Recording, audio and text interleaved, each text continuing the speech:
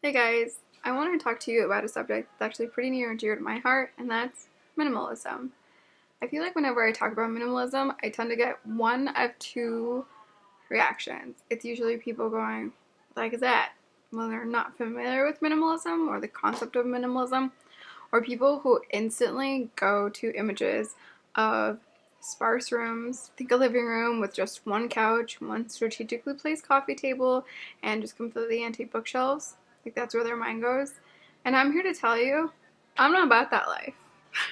I would consider myself a minimalist novice, and that's not how my life looks, and it's not how my home looks.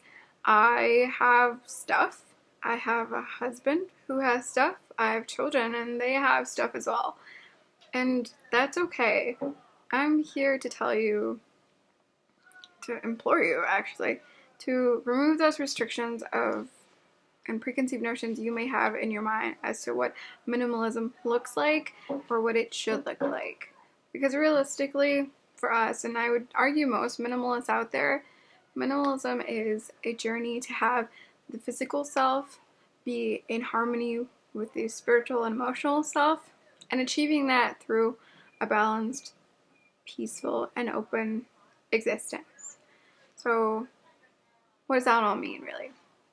Well, having a balanced home means having a house that's filled with things that, yes, they're going to offer the obvious physical, whatever you need them for. We're going to have spoons because we eat. We're going to have blankets because we get cold. We're going to have shoes because you need them.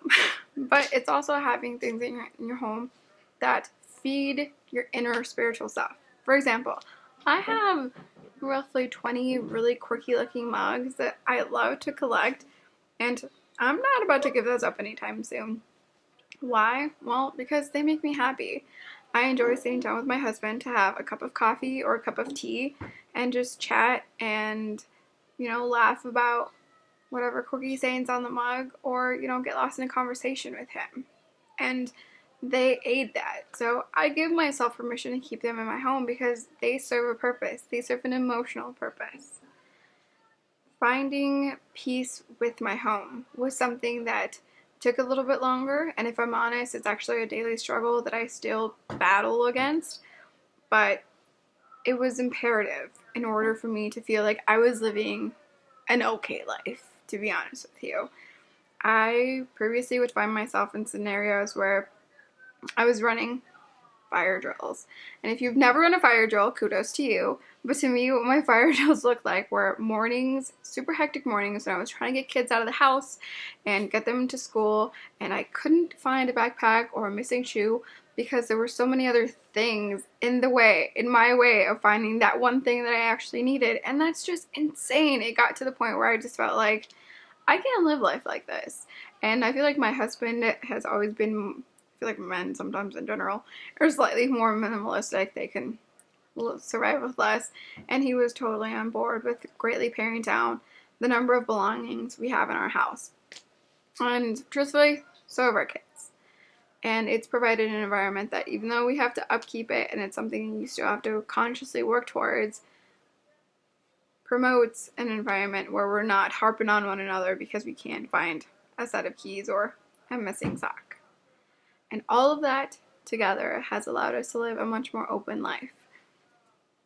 We now have time to enjoy each other as a family, to enjoy each other as a couple, to enjoy individual pursuits, whether that's reading books, listening to books, which is my personal favorite thing to do, or because we are practicing Christians, spend time in prayer or spend time, reflecting how we can better help our community. It gives us time to volunteer. It gives us time to call up our friends and invite them over or go over or just sit and chat with somebody that we haven't had the opportunity to sit and chat with before without feeling bogged down and weighed down by the never-ending, I'm still here, cluttered talking in the back of your mind. So all those things together have really produced a quality of life that we feel is great and that we're not really willing to give up. So, if you made it to the end of this video, I really appreciate it. Let me know if you have any questions about minimalism or, my journey towards minimalism. I'd love to share. So I'll catch you guys in the next video. Bye.